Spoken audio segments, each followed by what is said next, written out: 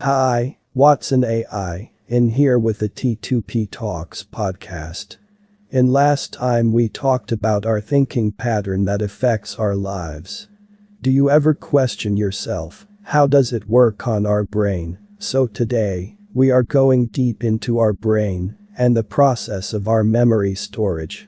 This analysis is for those who are curious about brain function, their creating, accessing, and sharing memories.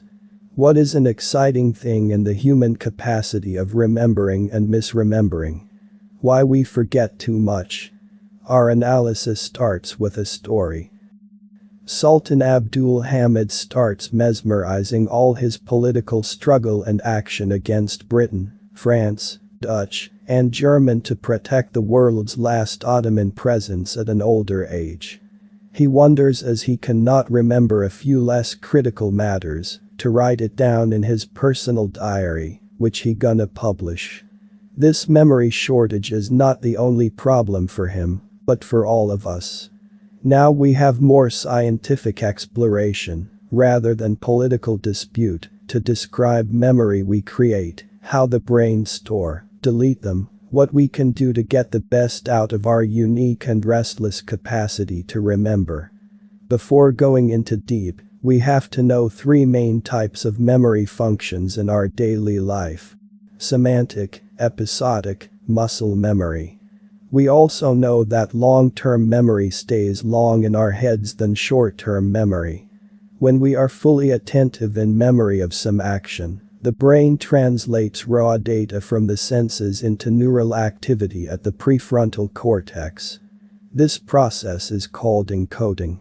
From encoding, we move to consolidation, where the information passes from the prefrontal cortex into the hippocampus. Here, the neural activity is bound into a stable pattern. Let's start with an example. Go to your search engine. Type Sultan Abdul Hamid. You probably find his photo. When you see his face, the image is being encoded in the prefrontal cortex of the brain.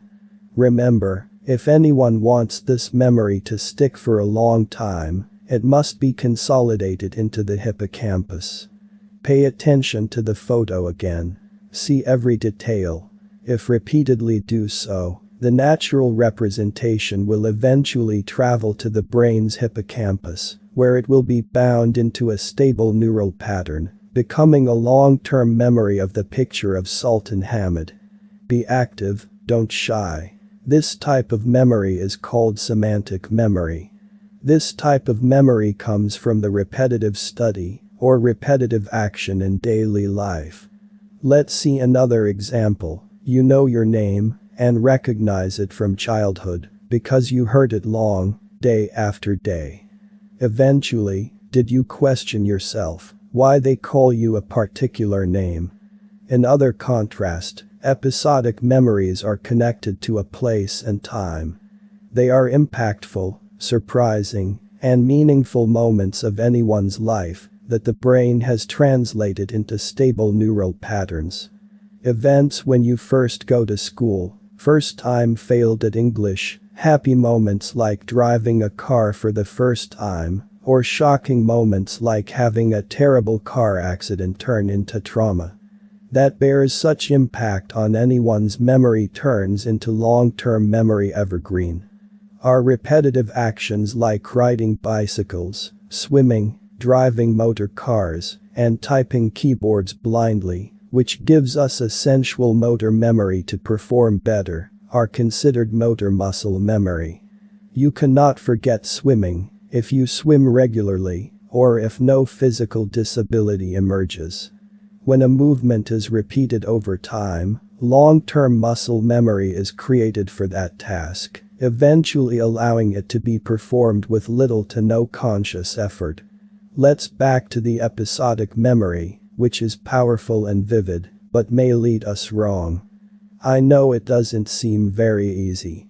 Let's dive deep into this matter.